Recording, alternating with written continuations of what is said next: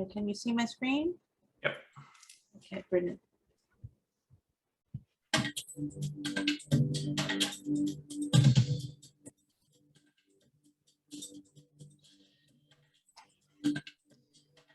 Good afternoon and welcome once again to the Digital Toolkit 2022, the only place to get the latest tools, tips and advice to help you grow your business online.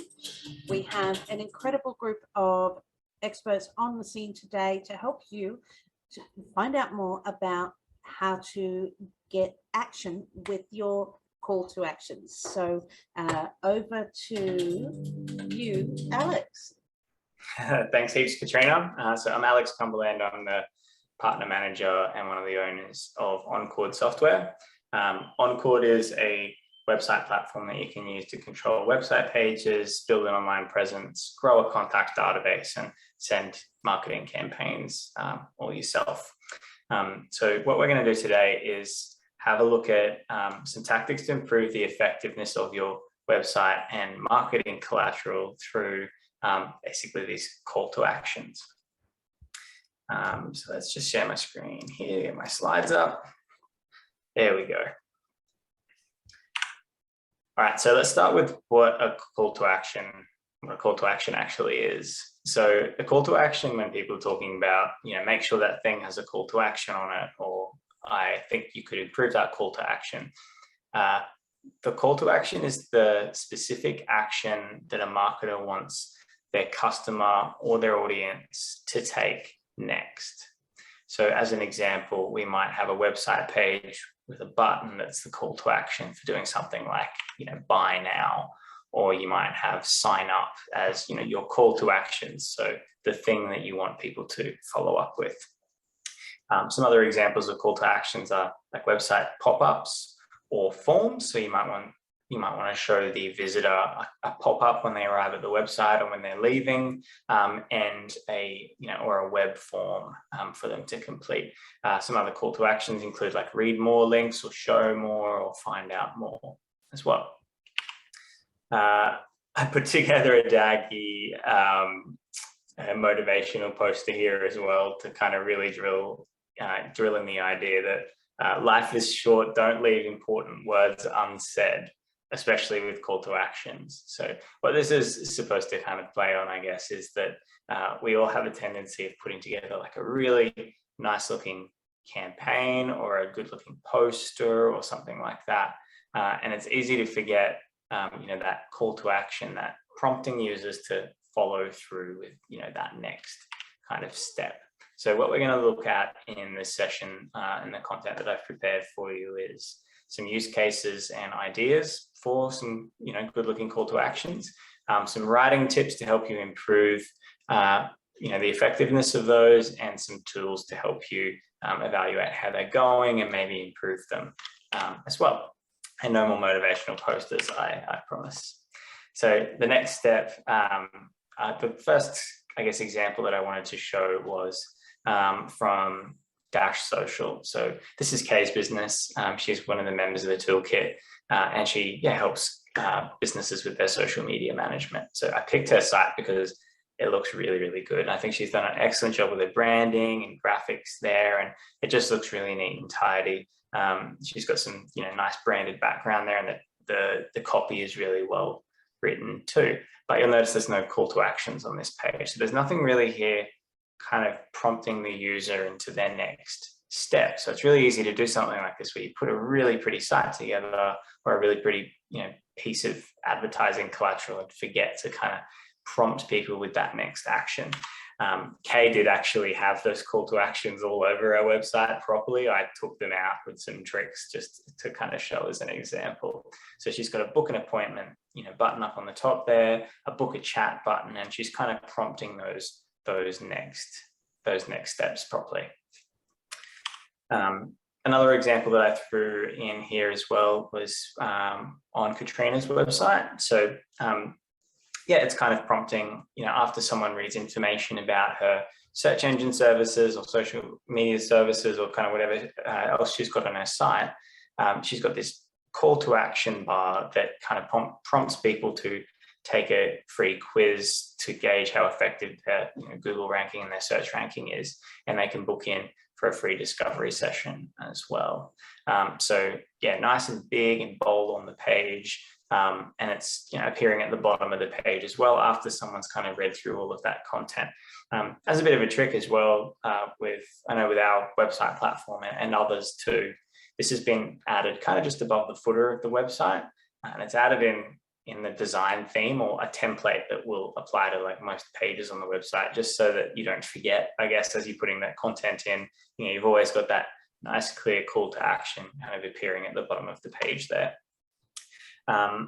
One of the examples that I came across that I really loved was from Wider Funnel. Now, Wider Funnel is they basically specialize in this stuff, so making sure that that collateral and brands are converting.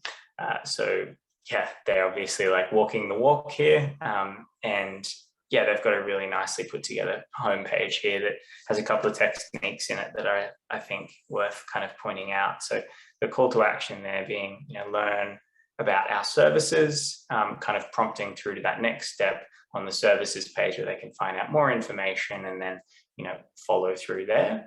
We've got a contact us button up on the top that is really nice and clear too. They've used kind of a light color scheme here on the site as well, which means that if you're kind of restricting that orange and that more bold brand color for the call to actions and links and that type of stuff, it does really make them kind of stand out quite nicely as well. If you've got a sharper eye, kind of like David and some of the other members did as well, you'll notice that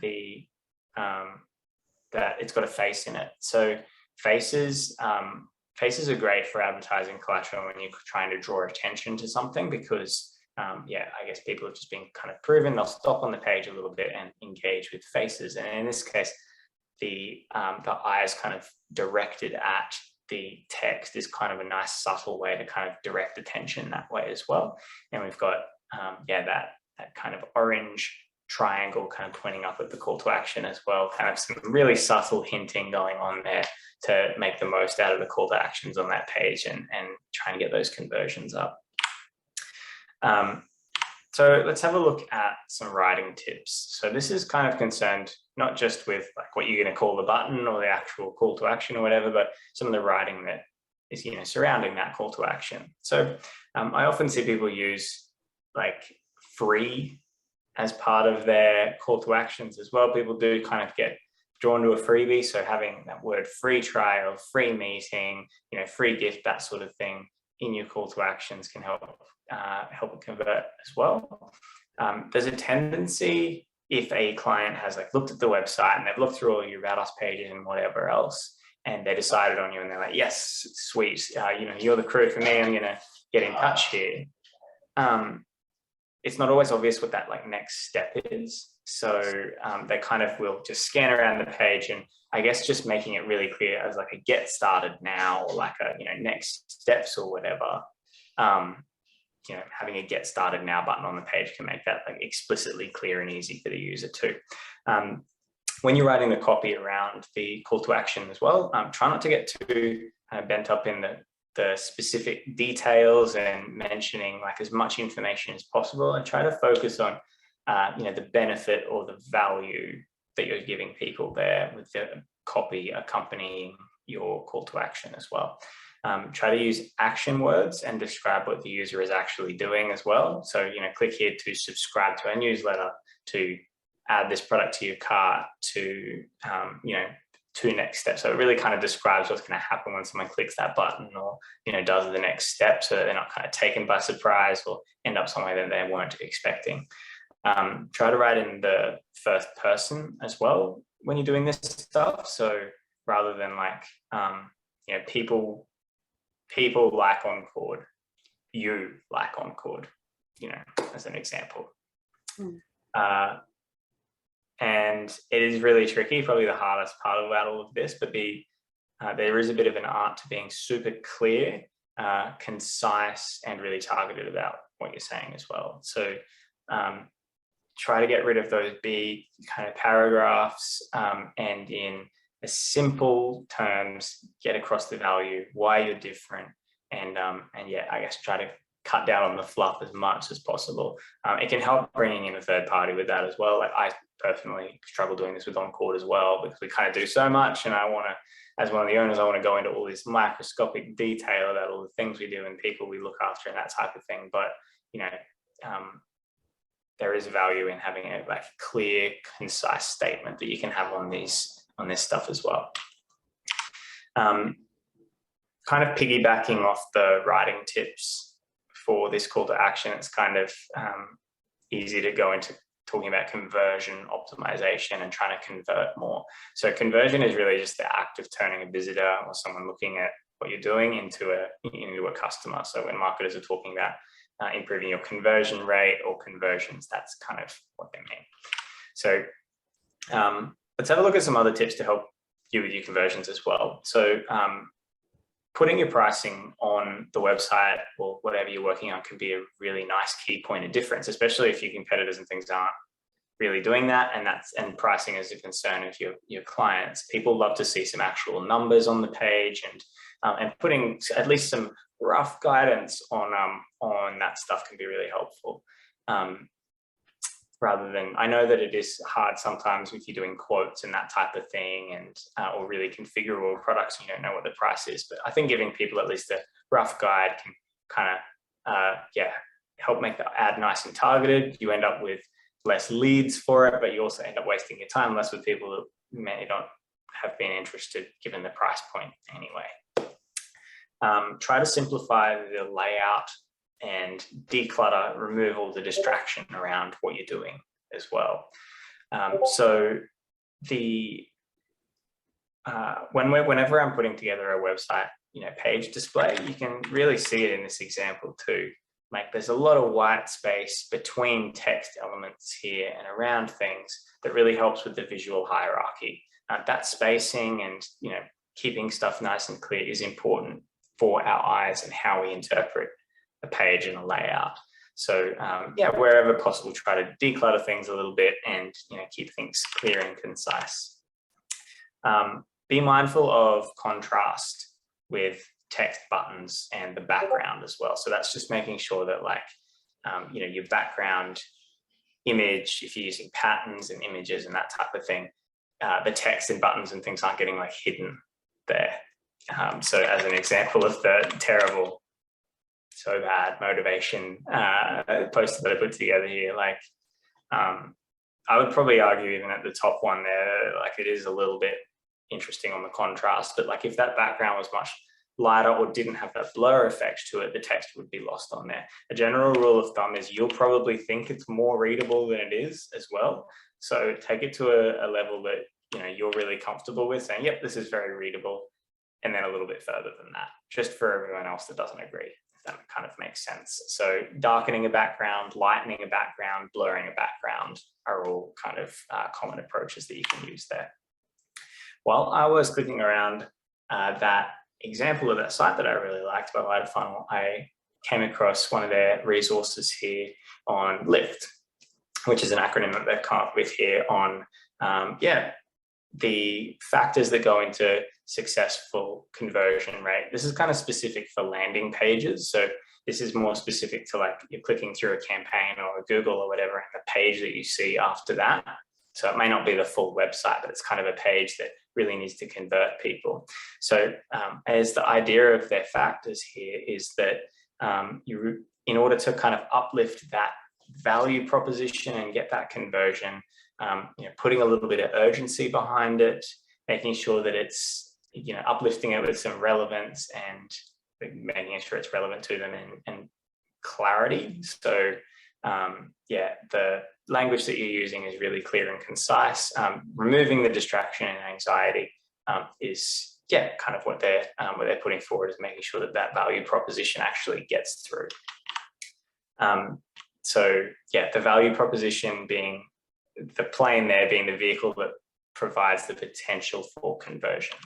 So some kind of takeaways there for your call to action would be is your call to action there really going to provide value? So is it resources that people are going to get a lot of value out of, use in their business all the time, or can, really, I guess, take that step back and work out if the resource and things that you're using to convert clients and get new clients is really going to be valuable. And have you communicated that value properly? So it's not enough to kind of build it and say, yes, we have this guide on this thing.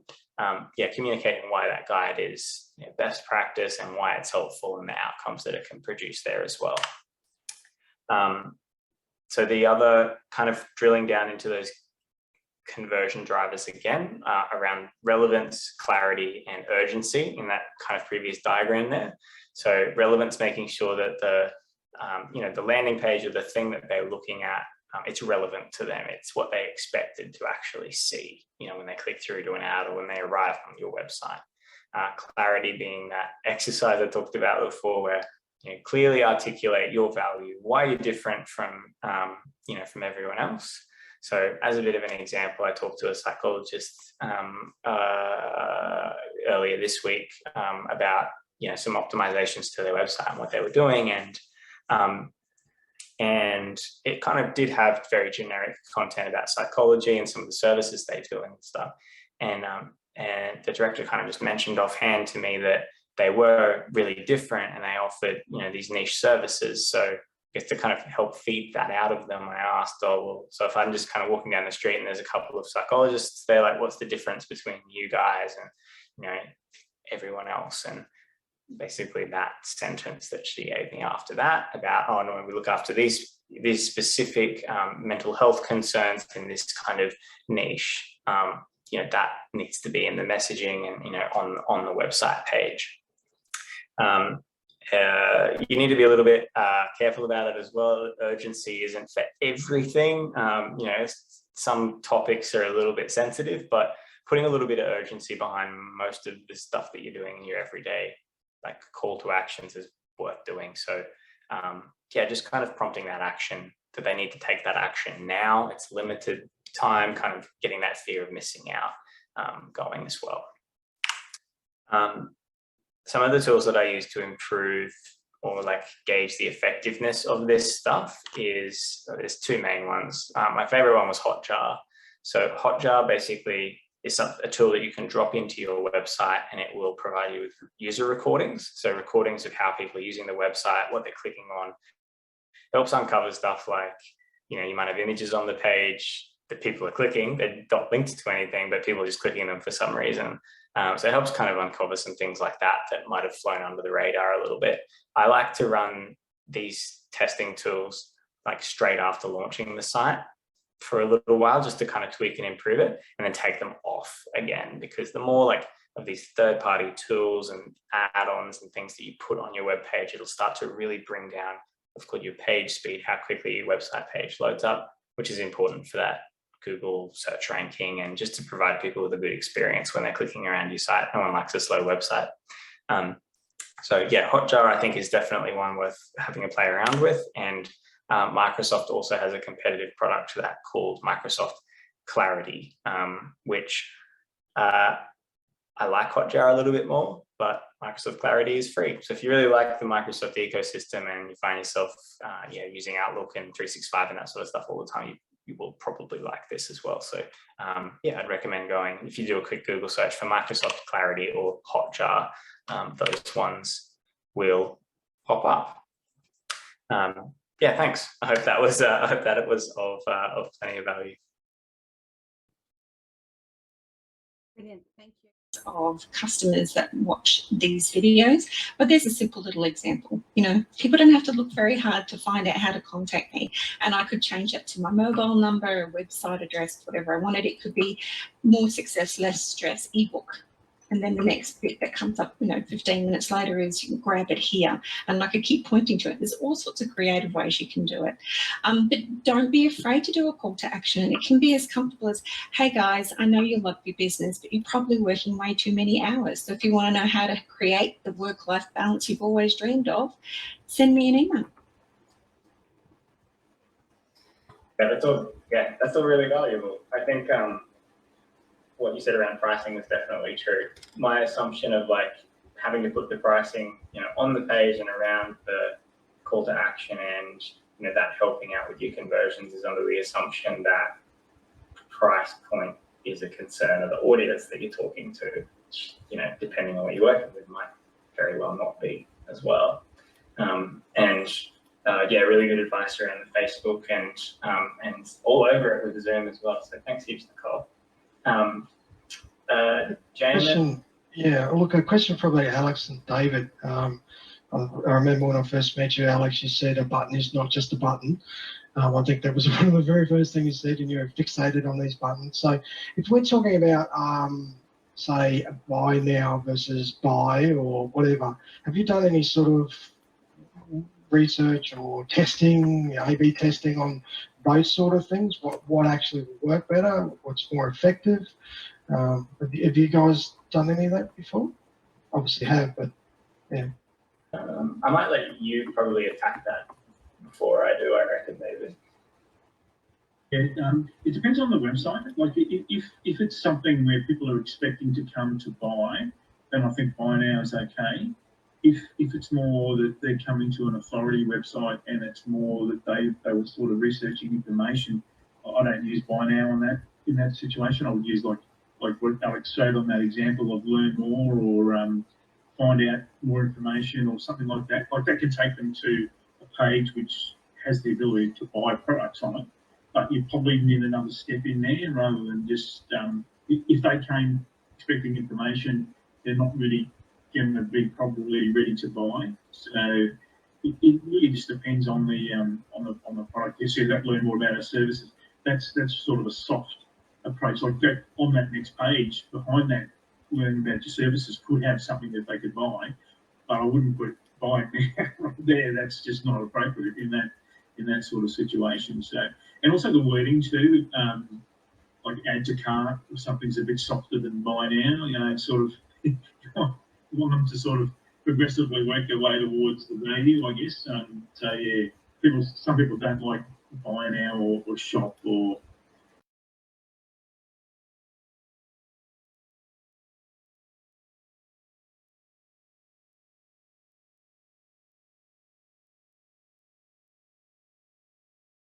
Pull up this for David. There is definitely something to be said for asking for the conversion too early in some cases, though, right? Like in e-commerce and that type of thing, they might have Google searched a product, they want to come to the website, all the information's there and they want to buy it. Like totally fine to do that. So different from like professional services where people want to do some more research. You'd be surprised how many people look at the About Us, our company, like team pages on websites all the time, because they do want to do that a little bit more background research before actually kind of following through. But if Learn About Our Services wasn't there, then they aren't kind of prompted onto that relevant next step there as well. I think a lot of the marketing techniques that I've probably picked up at uni and stuff always kind of for good reason wanted to buy like the now in there. I think that was probably to enforce the urgency though, would be why I think they would want to be seeing, like, do this now, subscribe now, that type of thing. But it would probably come down to like all is revealed by the split testing and just what like I said, putting Hotjar or whatever on the site for a minute after you launch, just to have a bit of a look. They're terrible for page speed, so I hate leaving them there, but they're good, initially there as well. While I've kind of got you, I know that we caught up at, like trade shows kind of over the years as well. Is there anything, any examples or activities that you have done at kind of your trade shows that would be kind of worth mentioning here around kind of driving people from a trade show into kind of next steps? Oh yeah, QR codes. Because back before COVID, you put a QR code on something, 2 years ago, no one would have clicked on it.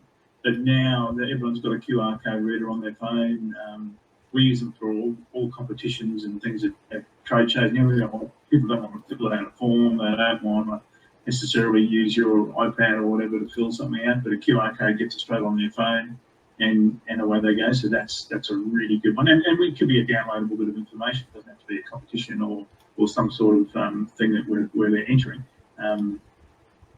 that seems to work pretty well. I mean, we haven't heard from Lynn. Maybe Lynn's got some ideas from that she can share with us. This is all new to me, the marketing side of it. I suppose I just want to contribute. When we first started, we did our own website, not really understanding, but just putting something out there. And just recently, we've had Ranking Australia totally redo our website, and the difference is made by having that knowledge behind us with somebody. It's just made a huge difference to our exposure and when people are looking at it. So I suppose that's what I'd like to contribute. It is important spending the money and getting an expert in to help you set it up properly. Yeah, I still go back and forth about some of the copy and stuff on our website as well. It's tricky doing it yourself for the reason of like not being able to kind of step back and get some other kind of assistance around the value and stuff you're doing. Totally.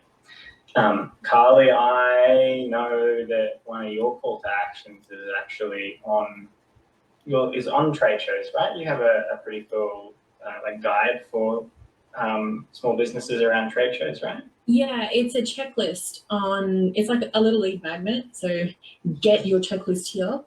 And it's a downloadable, and it's how you prepare for the day. What have you, what kind of merchandise bookings, reminders, what kind of post show stuff you need to set up and have automatically happening in the background. And then even just like your packing list. Do I bring water today? Yes. Always yes, by the way, especially here in Queensland. And then down to okay, you've got a poster, but what are you standing it on? You know, like you've got to make sure that you have everything in your little kit. So, and then the things like, you know, what do you want to say if you're new, if you're trying to bring a new service offering, what are your phrases, what are your go-tos when you get stuck and go, oh shit, I'm talking to a real life human. Knock them down, and they'll give you that sort of comfort and confidence to have those conversations. After you've done the same conversation like 43 times and your brain doesn't quite remember if you're talking to someone else or someone you were just talking to and need the notes. Mm-hmm. Yep. Yeah. Or even those first 20 conversations where it didn't necessarily go as smoothly as you hoped. So. Yeah. Yeah, awesome. Thanks heaps. That's on Carly's website as well, inkblotva.com. Yep. Yeah, sweet. Awesome.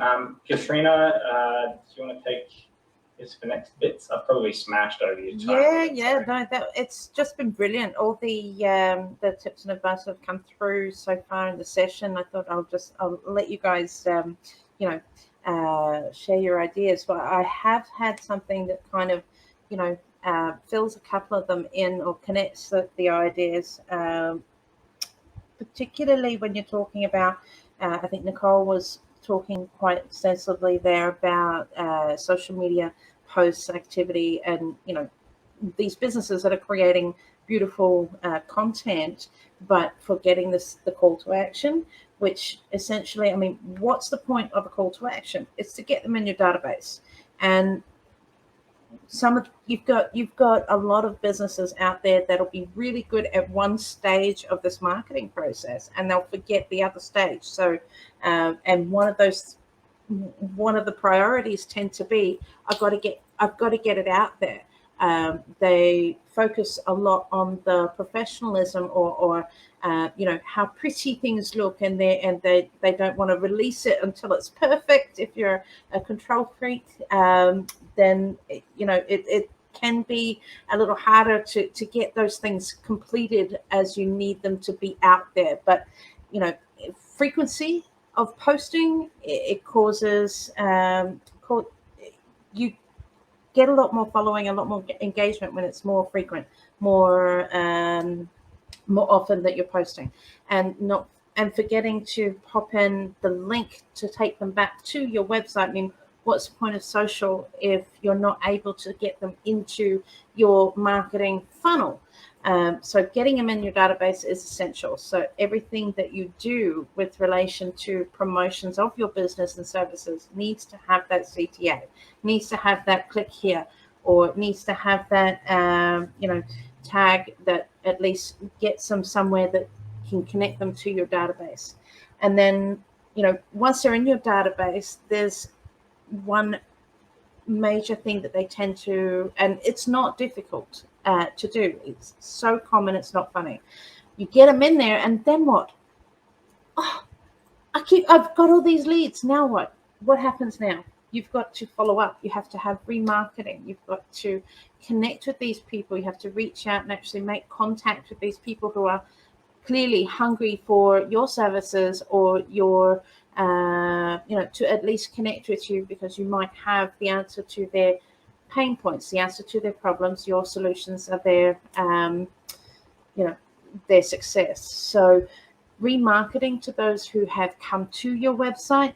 If you've got them a name or an email in your database and you've done nothing with it, it's potential business that you're missing out on. You've got better success rate with those that are inside your database already than you have with those that you're trying to chase. So remarketing and follow-up is so essential. And that window to follow up with businesses, I think there was a presentation that I gave a little while back, and I had some numbers there as far as a business that everyone has a badge on their business page. Some of them, you know, you get those very responsive to messaging if you've got a Facebook business page, and it'll usually tell anyone, if you go to any business page, how long it roughly takes that business to respond to your inquiry. It'll say usually replies within 4 hours, or usually replies within, you know, 5 minutes, or very responsive, you know. So naturally, if you're looking for a plumber or an electrician, you're going to have more success getting someone to suit your needs or do the job that you have at that moment in time, if that person is responsive to messages. So if you've got the system there, you've set up your messaging on Facebook, or you've set up your messaging on Google My Business, for example, or you've got your database, your forms, website forms on your website, and you've got and you don't have the time to follow up, or you don't have that auto responder set up in the back end, which is what David was talking about, having the systems there to actually utilize the information coming in. If you don't have that, then all this effort that you've gone to set up those lead magnets or those call to actions, then you've just lost that client potentially. It all comes down to, you know, building your online reputation or business reputation as well. So really important to follow up, really important to get them in your database. I thought I might finish up today's session with answering a couple of questions from a couple of Facebook groups. So just give me a second. I'll make sure that this is showing up on the screen. Had it open a moment ago. There it is. I don't know how much time we've got. We might only have time for one question. So yes, this is a real business, and it is anonymous, but it is a real question that I'm putting to the group. So please put your hand up, guys, if you'd like to jump in with some advice for this business. So just one moment.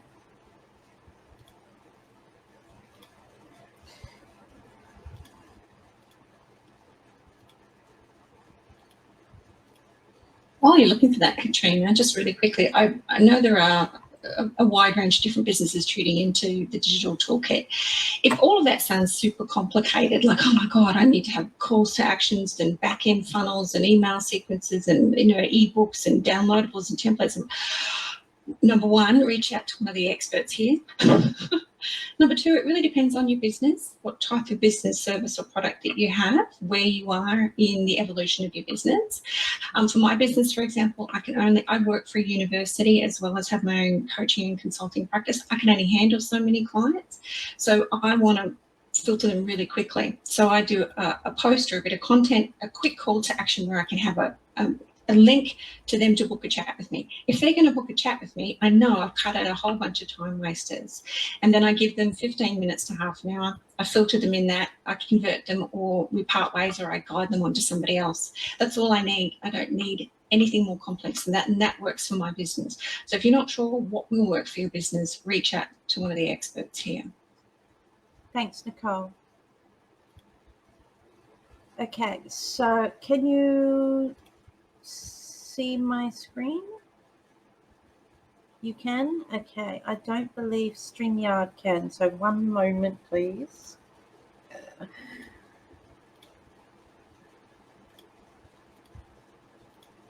Okay. Just checking that you can still hear me, guys. Yep, okay, brilliant. So the first question is, a plumbing business who mostly does the work as a hobby based in Brisbane posted to a Facebook group looking for options to get more leads other than Google Ads. Any recommendations? Thank you.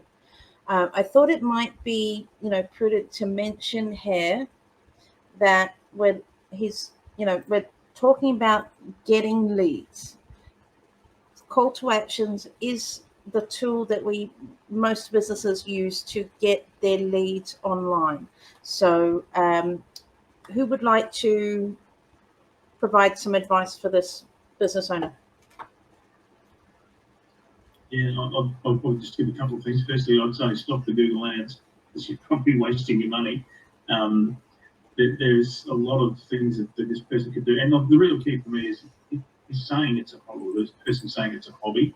So that sort of implies to me limited time, maybe limited equipment perhaps, or, probably looking at smaller jobs maybe.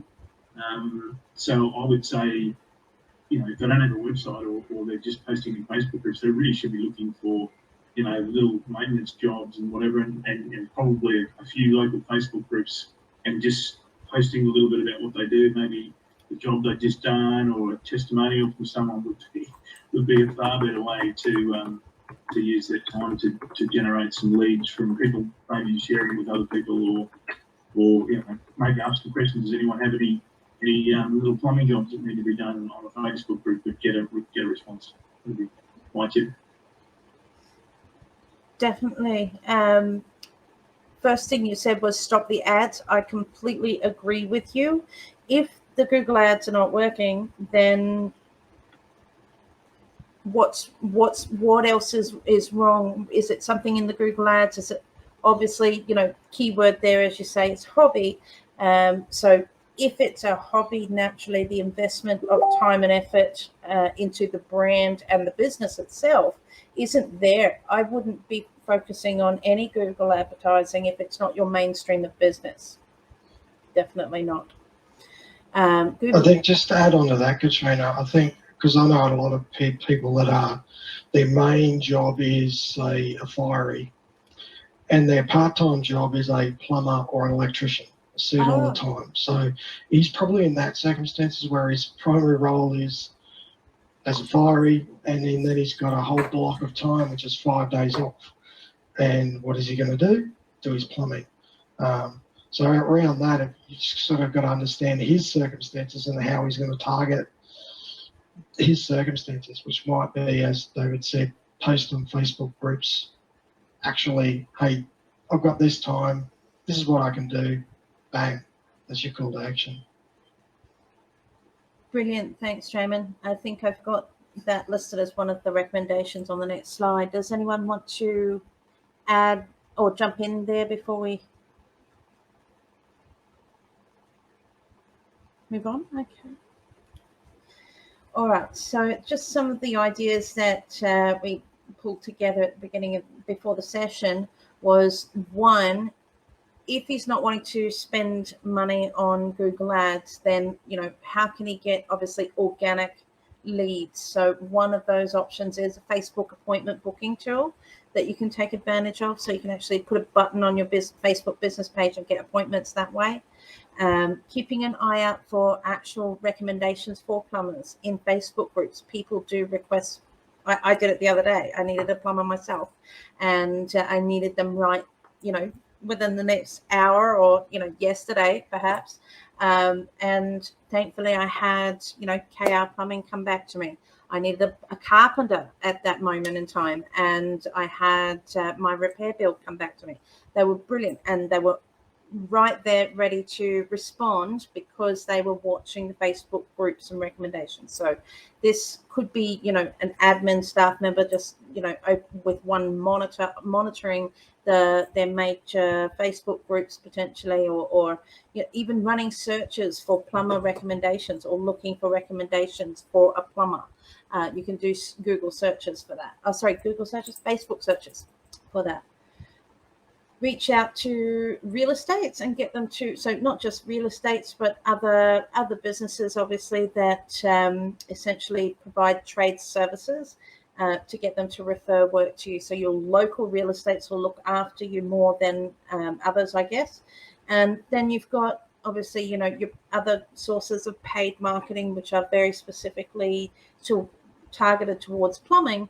One of them was Best Plumbers Club pay per lead. So in other words, you don't pay until you actually get a lead for plumbing, which I think would be more beneficial as opposed to, say, a Google ad click, because they've got to still go through to your website. You may or may not have that positioned appropriately to convert that lead. There might be things that maybe your pricing turns them away, maybe your website's not updated, a lot of reasons as to why your landing page might not be up to par to convert that client through from Google Ads.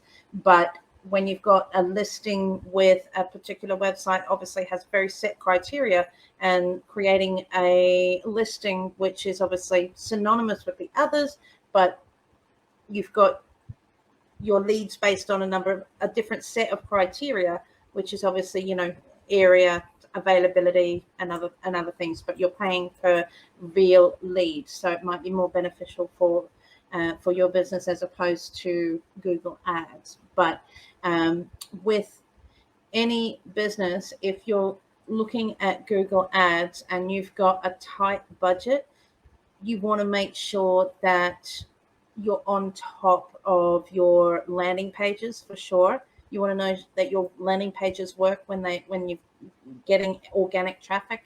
So Google Analytics will give you a really good read into what performance scores, what engagement rate you've got with that page. So the traffic that is coming in, how are they engaging with that page? Is it, people, if they're only spending, say, 20 seconds or 30 seconds on that page, it may not be as valuable to those who are actually spending, say, maybe you've got another page that they spend 1.5 minutes or 2 minutes on that page. So, the time frame of how much time they're spending on that page, Google Analytics will tell you whether that page is working well.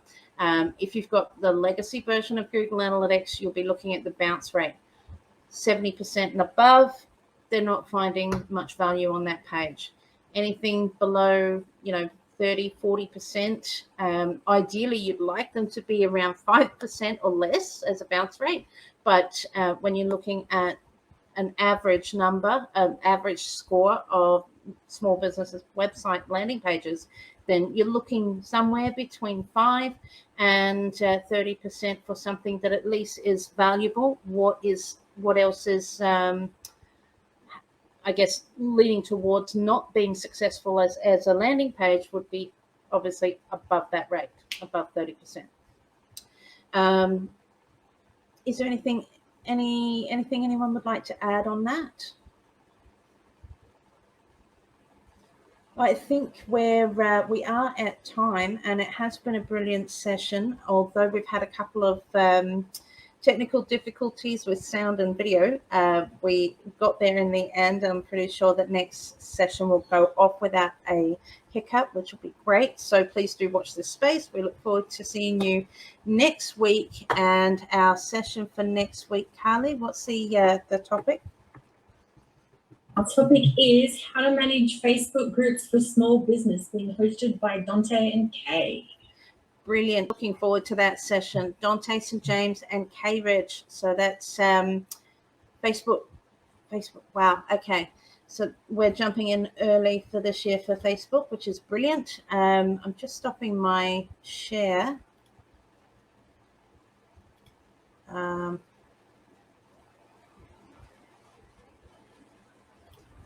Katrina, I've got a question for you. Yeah, shoot. What's the call to action for today's session? Where do you want people to go? The call to action for today's session is to go and subscribe to the Digital Toolkit website so you can get the latest tools, tips, and advice to help you grow your business online. Thank you for the reminder again, Nicole. And it was there ready for me to go through. So till next week, we will be here. If you need us, reach out. We're on Facebook, LinkedIn, on the back end of our website. We're on Google. You can find us. Look for us individually. You've got who's on the session today? We've got Nicole, you've got myself, you've got Jamin, Alex, Lynn, Carly, and David. Have I left anybody out? No? Okay, brilliant. So please do make sure you register for next week's session, and goodbye for now.